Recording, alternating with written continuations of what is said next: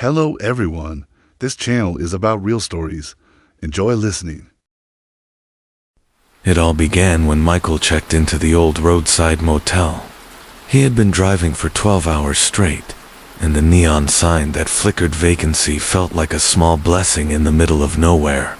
The place looked worn out, peeling from the walls, a single buzzing lamp above the reception desk, and an old man with clouded eyes who barely spoke.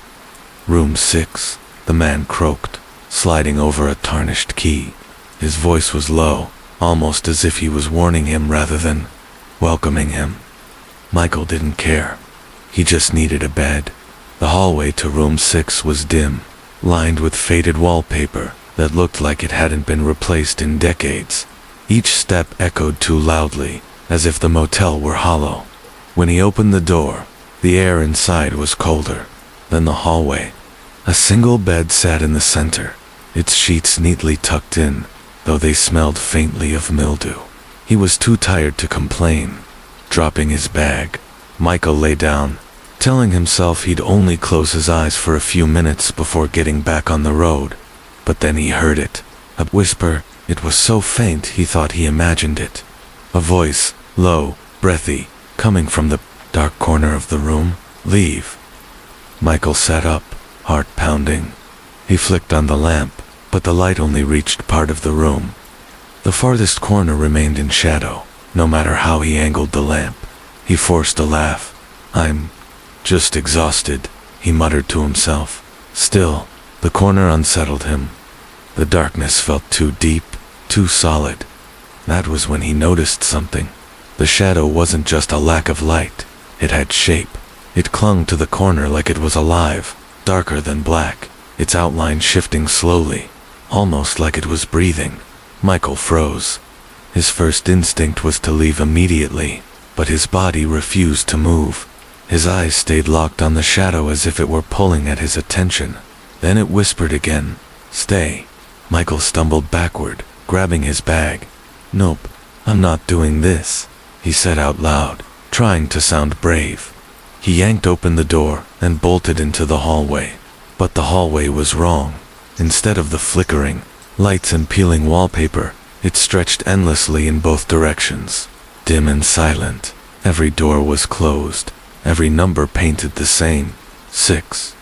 Michael's breath caught in his throat. He turned back toward his room, but the door had vanished, only another door marked with a brass number 6.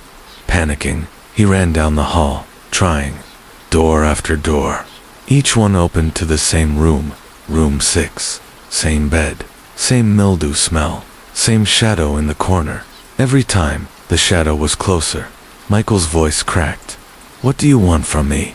The whisper filled the air now, louder, layered, like multiple voices speaking at once. "You are already here. You never left." He slammed the last door shut, pressing his back against it, chest heaving. His phone buzzed in his pocket. Hands shaking, he pulled it out. The screen lit up with a single notification. One new photo saved. He hadn't taken any pictures, but when he opened the gallery, his stomach dropped. It was a photo of him, in room 6, asleep in the bed, and in the corner, standing over him, was the shadow. The phone slipped from his hands, clattering to the floor.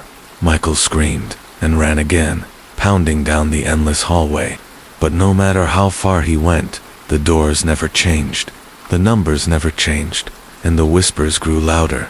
When he finally dared to stop and look back, the shadow was no longer in the corner. It was following him. Its form stretched along the walls, a black mass crawling closer with every flicker of the dim light. Michael tried one last door. He found himself back in room 6. The bed was no longer neatly made. Someone was lying in it. He stepped closer, his body trembling, throat dry. The figure in the bed turned its head slowly toward him. It was him, his own face, pale and lifeless, eyes wide open. And then the whispers stopped. The shadow swallowed the light. The next morning, the old man at the reception looked up as a traveler entered. Another weary soul, searching for rest. "Room 6, he said, sliding the tarnished key across the desk. This time, his voice sounded almost sad. "Enjoy listening.